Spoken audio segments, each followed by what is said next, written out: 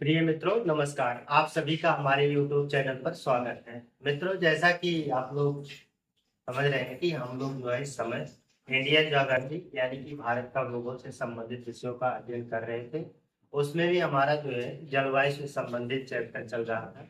अब उसमें हम लोगों ने जो है आज हमारा जो चैप्टर टॉपिक रहेगा, टॉपिक का नाम है भारत की मुख्य ऋतुएं। ठीक है, भारत की मुख्य ऋतुएं हम लोग पढ़ेंगे। तो मित्रों, जैसा कि आप लोग जानते हैं कि हम लोग धीरे धीरे जो है इंडियन ज्योग्राफी को पढ़ रहे हैं। काफी जो है मेहनत के साथ हम लोग इसको सभी कॉम्पिटिटिव एग्जाम्स के लिए महत्वपूर्ण है। तो इसलिए थोड़ा सा हम लोग स्लो पढ़ रहे हैं धीरे धीरे, लेकिन सब जो है समेटे जा रहे हैं। जितने भी महत्वपूर्ण जानकारियां हैं हम लोग उसको एक जगह लाके एकत्रित कर रहे हैं। आप लोग हमारे वीडियो को ज्यादा से ज्यादा देखिए ताकि आपको अधिकाधिक लाभ हो सके। ठीक है, तो आइए हम लोग ज्यादा समय ना लेते हुए अपने टॉपिक पे आते हैं। आज हमारा टॉपिक रहेगा भारत की मुख्य ऋतुएं। ठीक है, तो हमारा अध्याय था, अपने अध्याय हमारा जानते हैं जलवायु से संबंधित है। अध्याय हमारा जलवायु से चल रहा है और इसमें भी हम लोग आज मुख्य रूप से पढ़ेंगे भारत की मुख्य ऋतुएं।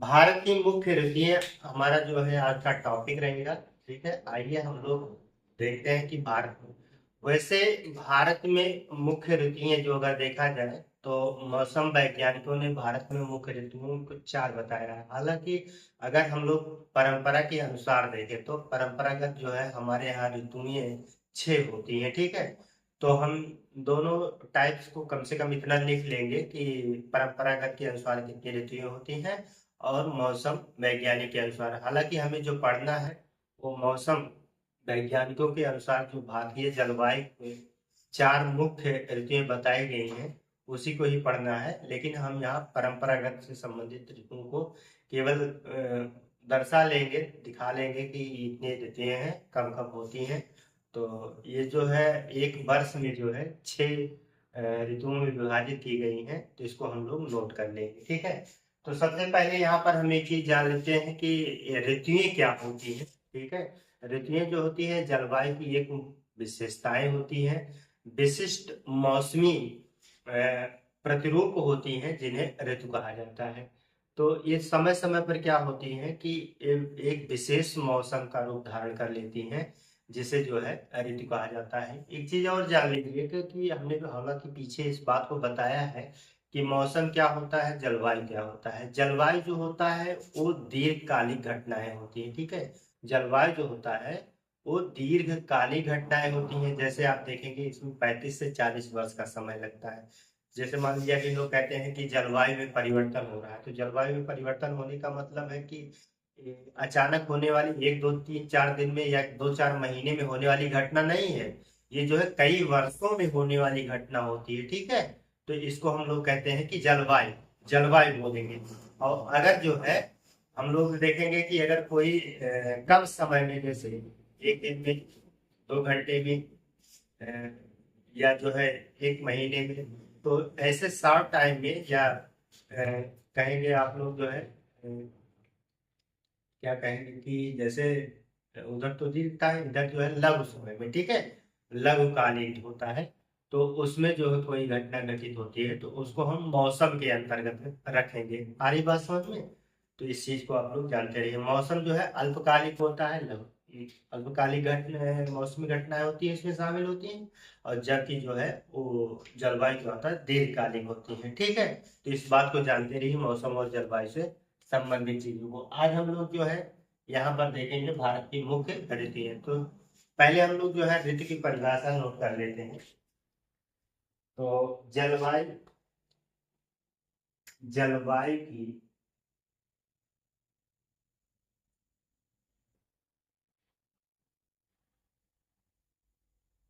जलवायु की यह विशेषता, जलवायु की विशेषता की एक मौसमी या इसको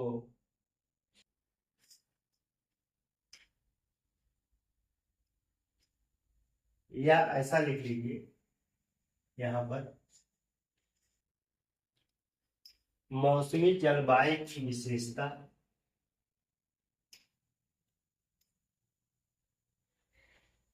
यहाँ पर ऐसा लिख लीजिए कि मानसूनी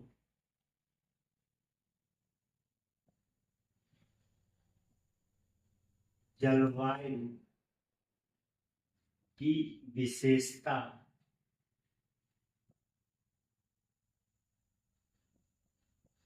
एक विशिष्ट मौसमी प्रतिरूप है। एक विशिष्ट मौसमी प्रतिरूप है। इसी विशिष्ट मौसमी प्रतिरूप को ऋतुएं कहा जाता है। ऋतुएं कहा जाता है। ऋतुएं क्या होती है? ऋतुएं जो होती हैं एक विशिष्ट मौसमी प्रतिरूप। विशिष्ट मतलब एक स्पेशल जो होता है, स्पेशल पैटर्न, ठीक है, सीजन पैटर्न होता है कि देखेंगे एक समय में एक पैटर्न रहेगा, ठीक है, फिर एक टाइम में दूसरा पैटर्न हो जाएगा, फिर दूसरे टाइम में अलग पैटर्न हो जाएगा। यही चीज क्या होती है? ऋतुएं होती हैं। इसको हम जो है ऋतु कहते हैं। तो यहाँ पर जो है ऋतुओं को हम देखेंगे कि जो है परंपरागत के अनुसार जो है ऋतुओं को 6 भागों में विभाजित किया गया, ठीक है। तो इस पॉइंट को यहाँ पे हम लोग नोट कर लेंगे अलग से।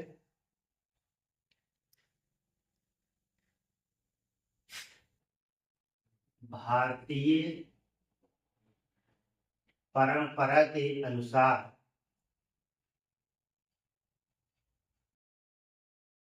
भारतीय परंपरा के अनुसार ऋतुओं को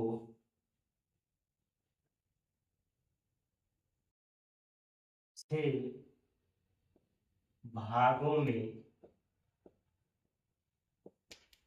बांटा जाता है। 6 भागों में बांटा जाता है। यहाँ पर ऋतु का नाम लिख लीजिए, ऋतु। यहाँ पर लिख लीजिए महीना। महीना मतलब भारतीय अनुसार, ठीक है, भारतीय। और यहाँ पर महीना लिख लीजिएगा, महीना अंग्रेजी, ठीक है, अंग्रेजी के अनुसार। तो इस चीज को आप लोग लिख लीजिए इतना, ठीक। यहाँ पर देखिए हम लोग जैसे नंबर 1 लिख लेंगे शरद ऋतु या बसंत ऋतु, सबसे पहले लिख लें बसंत ऋतु। बसंत ऋतु, ठीक। तो बसंत ऋतु क्या होता है? ये इसका मतलब भारतीय महीना देखेंगे, चैत, बैसाख, ठीक है। और अगर यहाँ पर देखेंगे तो मार्च, अप्रैल, ठीक है, मार्च अप्रैल। अगर यहाँ पे अंग्रेजी महीना में देखेंगे तो मार्च और अप्रैल आएगा, और भारतीय महीना में देखेंगे चैत बैसाख आएगा, ठीक है। इस चीज को जानते रहिएगा। इसके बाद हमारा दूसरा हो जाएगा ग्रीष्म ऋतु। ग्रीष्म ऋतु, ग्रीष्म ऋतु में क्या होगा? यहाँ पर जो है जेठ आषाढ़ हो जाएगा। यहाँ पे आप लोग जो है ज्येष्ठ आषाढ़, आषाढ़, ठीक है। यहाँ पर महीना मई जून। यहाँ पर मई जून 2 महीना हो जाएगा इधर, ठीक है। तीसरा वाला आप लोग यहाँ पर नोट करेंगे, वर्षा। वर्षा ऋतु, वर्षा ऋतु। यहाँ पर क्या हो जाएगा, यहाँ पर आप लोग देखेंगे श्रावण भाद्र, श्रावण भाद्र, ठीक। यहाँ पर जो हो जाएगा आपका जुलाई अगस्त, ठीक। चौथा नंबर हमारा लिखेंगे शरद ऋतु, शरद ऋतु। यहाँ पर जो है श्रावण भाद्र, अश्विन, अश्विन और कार्तिक, यहाँ पर अश्विन और कार्तिक, सितंबर अक्टूबर।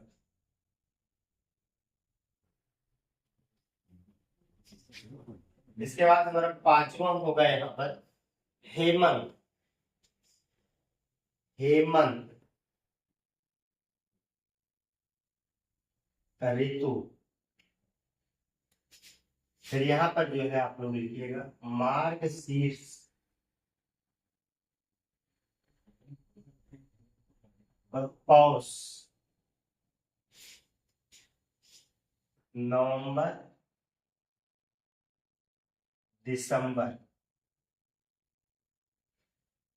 इसके बाद यहाँ पर लिखिएगा हमारा छठवां जो होगा वो शिशिर होगा, शिशिर ऋतु। यहाँ पर जो होगा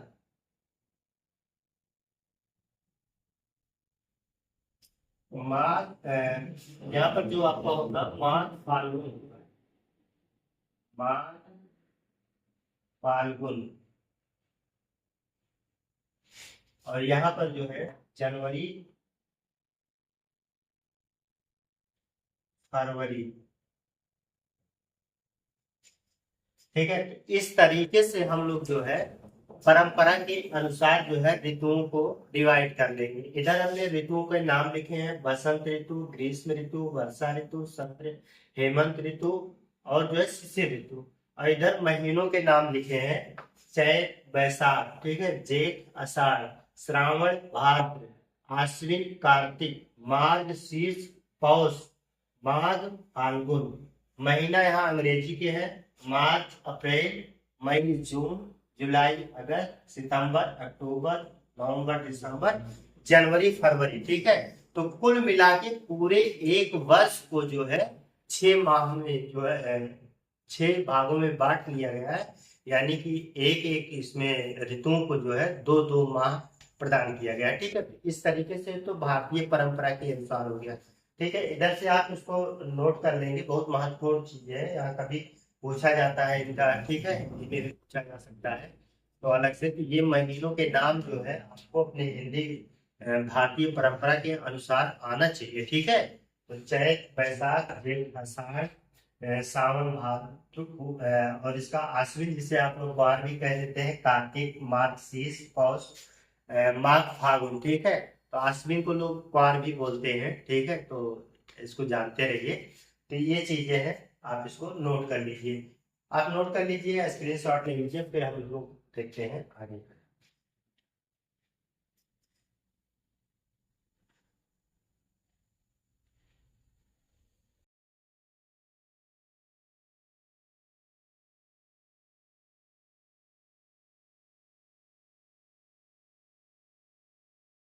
अब जो है हम लोग देखेंगे कि मौसम वैज्ञानिकों ने या भारतीय जलवायु के आधार पर जो है ऋतुओं को 4 भागों में विभाजित किया गया है, जिन्हें हम जो है आप लोग जैसे ग्रीष्म ऋतु, शरद ऋतु, वर्षा ऋतु, शीत ऋतु के नाम से जानते हैं, ठीक है।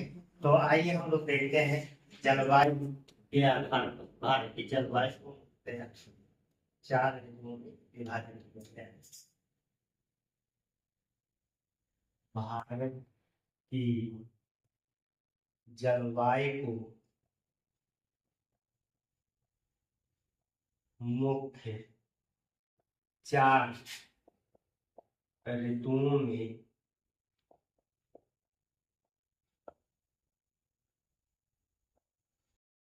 विभाजित किया गया है। ठीक है, 4 ऋतुओं में विभाजित किया गया है। तो सबसे पहले हम लोग लिखेंगे शीत ऋतु। ठीक है, तो हमारा जो हो जाएगा नंबर 1 लिखेंगे शीत ऋतु। सबसे पहले हम लोग शीत ऋतु पढ़ेंगे। ठीक है, तो शीत ऋतु जो देखेंगे आप लोग, ये नवंबर से प्रारंभ हो जाता है। शीत ऋतु कब से, हालांकि इसका जो देखेंगे इसमें जो है महीने जो है लगभग 3-3 महीने का एक ऋतु बनाया जाएगा। दिसंबर, ठीक है, दिसंबर जनवरी फरवरी, ठीक है, तो ये इसमें शामिल हो जाएंगे। तो ये इसकी स्टार्टिंग जो है आप लोग देखेंगे मध्य नवंबर से प्रारंभ हो जाती है शीत ऋतु। ठीक है, उत्तर भारत में देखेंगे कि शीत ऋतु का प्रकोप जो है वो ज्यादा रहता है अपेक्षाकृत दक्षिण भारत में। इसका मुख्य कारण क्या है कि मुख्य कारण ये है कि जैसे शीत ऋतु में आप उत्तर भारत में देखेंगे तो हिमालय हिमालय की उपस्थिति है। ठीक है, हिमालय पे बर्फ जमी रहती है, तो वहां से जो है ठंडी हवाओं का आना वो ज्यादा ठंडक पैदा कर देता है। दूसरी चीज है कैस्पियन सागर होता है, कैस्पियन सागर से जो है कैस्पियन सागर और तुर्कमेनिस्तान से भी ठंडी हवाओं की लहरें आती हैं, तो वो भी शीत ऋतु में सहायक है। ठीक है, और तीसरी बात है कि यहाँ समुद्र से दूरी, ठीक है, इस क्षेत्र की समुद्र से उत्तर भारत में आप देखें, उत्तर पश्चिम भारत में पूरा पंजाब राजस्थान उत्तर प्रदेश इन सभी क्षेत्रों में जो है समुद्र से दूरी अधिक होने के कारण भी शीत ऋतु यहाँ पे तेजी से रहता है, मतलब ज्यादा ठंडक होती है। ठीक है, तो 3 कारण मुख्य रूप से यहाँ पे बताए गए हैं तो शीत ऋतु के होने का। ठीक है, वही चीज आप लोग दक्षिण भारत में देखेंगे यानी प्रायद्वीपीय भारत में, तो वहाँ समुद्री समकारी प्रभाव की वजह से जो है अपेक्षाकृत उत्तर भारत की अपेक्षा जो है दक्षिण भारत में कम ठंडक होती है। वहाँ का आप लोग तापमान देखेंगे तो वहाँ पे तापमान जो होता है वो 26 से, दिन का तापमान जो है 26 से 32 सेंटीग्रेड होता है, जबकि उत्तर भारत में देखेंगे तो वो 30 से 32 सेंटीग्रेड हो जाता है। ठीक है, तो आइए हम लोग इसको पॉइंट वाइज नोट करते चलते हैं, तब बात समझ में आएगी।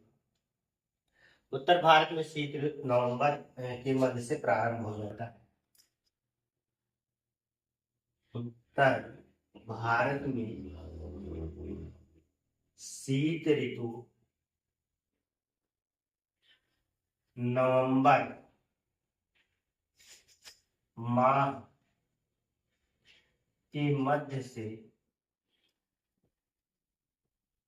प्रारंभ हो जाता है, प्रारंभ हो जाता है। ठीक है, इस पॉइंट इसीलिए आप देखेंगे कि दिसंबर और जनवरी, इसके बाद महीना दिसंबर जनवरी, दिसंबर जनवरी महीना सबसे ठंडा माह होता है। ठीक है, इस पॉइंट को यहाँ नोट करेंगे। उत्तर भारत में, बात को नोट करेंगे, उत्तर भारत में दिसंबर एवं जनवरी माह सर्वाधिक ठंड रहता है, मतलब ठंडी पड़ती रहती है, ठंड रहता है। यहाँ का तापमान अगर देखेंगे इस समय, ऐसा लिखेंगे, इस समय का औसत दैनिक ताप, दैनिक मतलब दिन में, ठीक है, दैनिक तापमान 21 सेंटीग्रेड, 21 सेंटीग्रेड रहता है, जबकि रात्रि के समय, रात्रि रात्रि में बहुत कम हो जाता है, बहुत कम हो जाता है। रात्रि के समय अगर देखेंगे तो इसका तापमान जो है बहुत कम गिर हो जाता है। ठीक है, अगर दिन में देखेंगे तो दिन में औसत तापमान लगभग 21 सेंटीग्रेड तक रहता है। ठीक है, इस चीज को जानते रहिए। अगर हम देखेंगे पंजाब और राजस्थान वाले क्षेत्र में, तो पंजाब और राजस्थान वाले क्षेत्र में ये हिमांक जो है, हिमांक मतलब यहाँ पे 0 सेंटीग्रेड तक तापमान चला जाता है। ठीक है, 0 सेंटीग्रेड तक तापमान चला जाता है। इस पॉइंट को यहाँ नोट कर लीजिए हम लोग। ठीक है, पंजाब राजस्थान में हिमांक, पंजाब एवं राजस्थान में हिमांक, हिमांक का मतलब 0 डिग्री सेल्सियस। ठीक है, 0 डिग्री सेल्सियस तापमान हो जाता है। कब हो जाता है? शीत ऋतु में। ठीक है, शीत ऋतु में तापमान कितना हो जाता है? इतना हो जाता है, इससे भी नीचे चला जाता है। ठीक है, इसको भी जानते रहिए। अगर यहाँ पर देखेंगे इसका कारण क्या है, राजस्थान और पंजाब में जो है तापमान 0 डिग्री से नीचे भी चला जाता है, तो इसका कारण यहाँ पे एक चीज है, तापमान 0 हिमांक से नीचे हो जाता है, या ऐसा लिख लीजिए तब ज्यादा बढ़िया रहेगा, से भी नीचे चला जाता है, ऐसा लिख लीजिए, नीचे चला जाता है, ज्यादा बढ़िया रहेगा। ठीक है, तो यहाँ पर नीचे क्यों चला जाता है, तो इसके कारण है। ठीक है, इसके कारण यहाँ पे आप लोग कारण नोट कर लेंगे, क्या कारण है कि नीचे चला जाता है। तो कारण, एक कारण तो ये पहला कारण देख लीजिए कि यहाँ पर जो है समुद्र से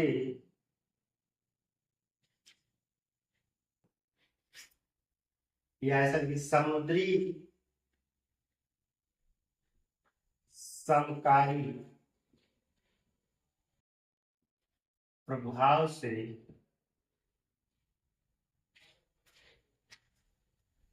दूर होना, दूर होना। ठीक है, एक कारण तो ये हो गया क्योंकि ये क्षेत्र जो है समुद्र से दूर है। दूसरा कारण क्या लिखेंगे आप लोग? दूसरा कारण लिखेंगे हिमालय निकट रहने से, हिमालय के निकट रहने से ठंडी हवाओं का आना। ठीक है, इस क्षेत्र में ठंडी हवाओं का आना जो है, यहाँ पर जो है एक कारण ये भी रहता है कि नीचे चला जाता है। तीसरा रीजन लिख सकते हैं, तीसरा कारण भी यहाँ पे आप लोग लिख सकते हैं। तीसरा कारण क्या हो जाएगा कि कैस्पियन सागर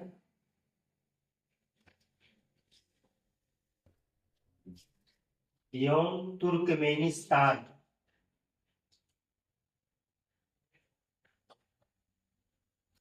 से ठंडी लहरों का आना। ठीक है, ठंडी ठंडी लहरों का आना, ठंडी ठंडी हवाओं का आना भी जो है इसका एक कारण है, आप लोग जानते रहिए। तो यहाँ पे हम लोगों ने 3 कारण देखा कि पंजाब और राजस्थान में इतनी ठंडक क्यों होती है इस समय। ठीक है, तो ये कारण रहे हैं, इस चीज को आप लोग नोट कर लीजिए। तो इतना आप लोग नोट कर लीजिए, फिर हम आगे बताते हैं आप लोगों को।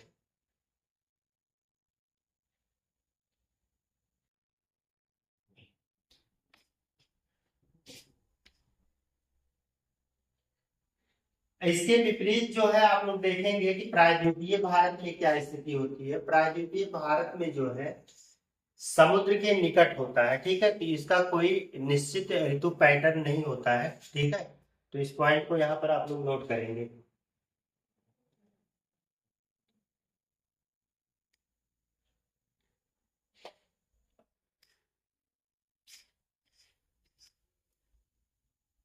प्रायद्वीपीय भारत में कोई निश्चित ऋतु नहीं होती है, नहीं होता है, क्योंकि क्योंकि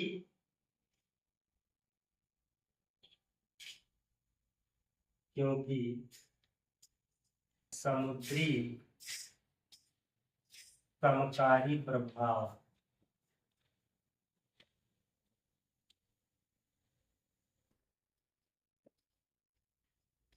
समकारी प्रभाव के के निकट रहता है, ठीक है।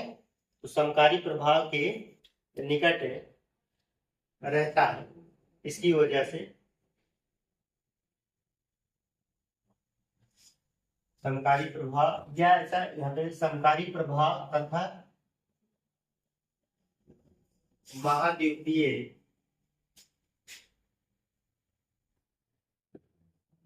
प्रभाव के कारण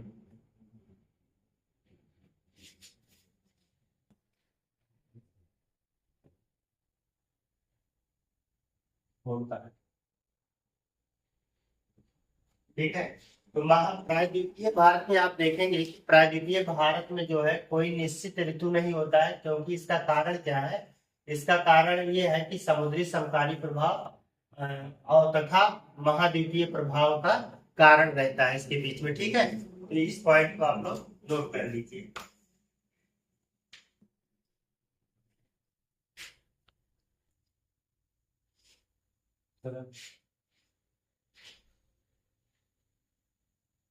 चलिए ठीक है। तो इसमें जो है क्योंकि निश्चित ऋतु नहीं होता है, तो आप देखेंगे तटीय भागों में समुद्री समकारी प्रभाव तथा भूमध्य रेखा के निकट का शायद ही कोई प्रभाव होता है, ठीक है।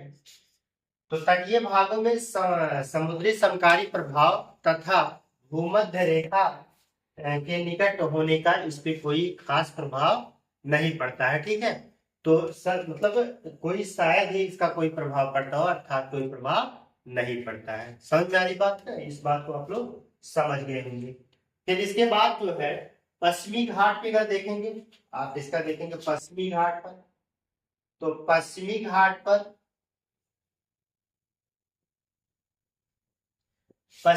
पर आप देखेंगे तो अपेक्षाकृत तापमान कम पाया जाता है। पश्चिमी घाट पर अपेक्षाकृत तापमान कम रहता है। अगर आप जो है दक्षिण से उत्तर की तरफ जाएंगे तो तापमान में वृद्धि होती जाती है, ठीक है। दक्षिण से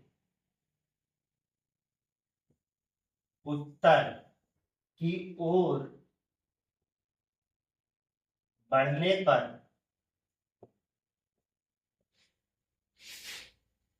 तापमान में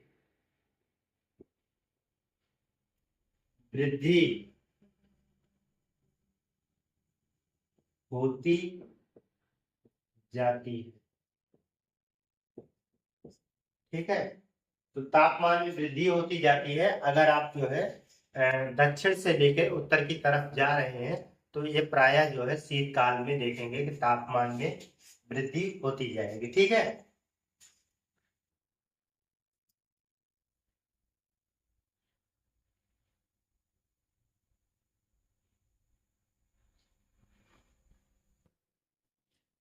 तो शीतकाल में देखेंगे आप जो है उत्तर भारत में जो है कि जो आप देखेंगे कि हालांकि हमने पीछे देखा था कि पश्चिमी जेट स्ट्रीम पवनें चलती हैं, ठीक है। तो पश्चिमी जेट स्ट्रीम पवनें जो है वो प्रभावी हो जाती हैं और फिर जो है हिमालय के उत्तर दिशा में यानी कि गंगा के मैदान में बहने लगती हैं।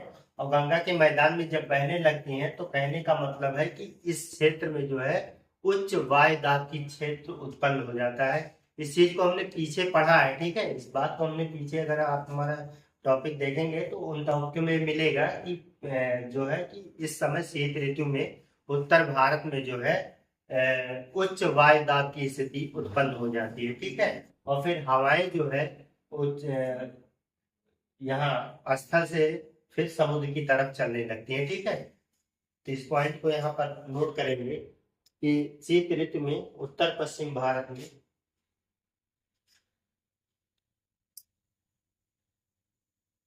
शीत ऋतु में उत्तर पश्चिम भारत में उच्च वायु दाब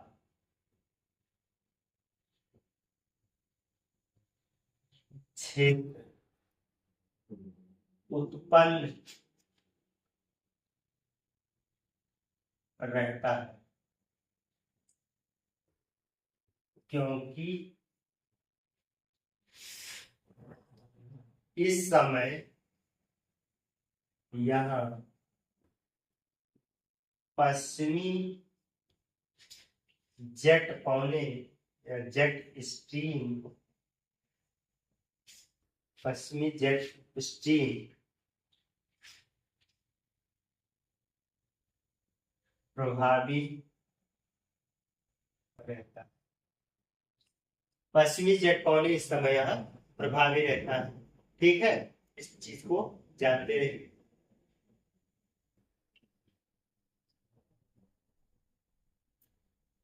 तो यही चीज है कि पश्चिमी जेट स्ट्रीम यहाँ पर प्रभावी रहेगा।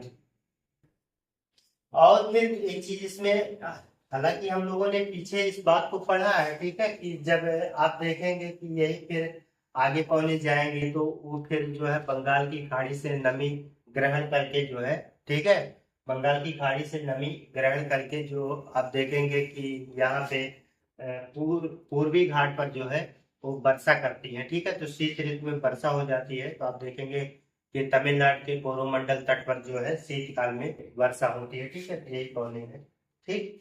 इसके बाद जो है यहाँ चाहे इस पॉइंट को आप लोग नोट कर लीजिए कि इसके प्रभाव से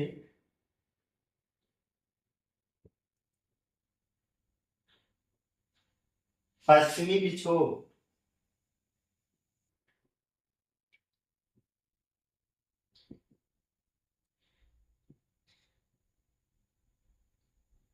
उत्पन्न होता है, जो यहाँ पर देखिए जो शीतकाल में वर्षा करता है, ठीक है।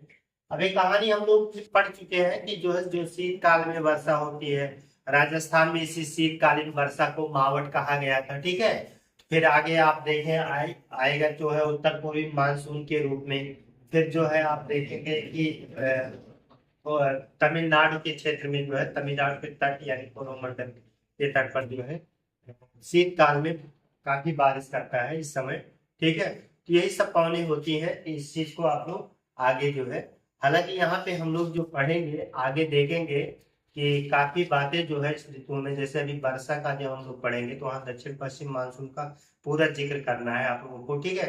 शरद ऋतु पढ़ेंगे तो शरद ऋतु में जो है आपको मानसून का निवर्तन यानी कि मानसून का लौटना, अभी हम लोग अभी उसको हम कंफर्म करके वहां बता देंगे कि आप हमारे इस चैनल के जो है इस टॉपिक नंबर इतने को देखेंगे तो ये वाला टॉपिक आपका क्लियर हो जाएगा। आ रही बात समझ में?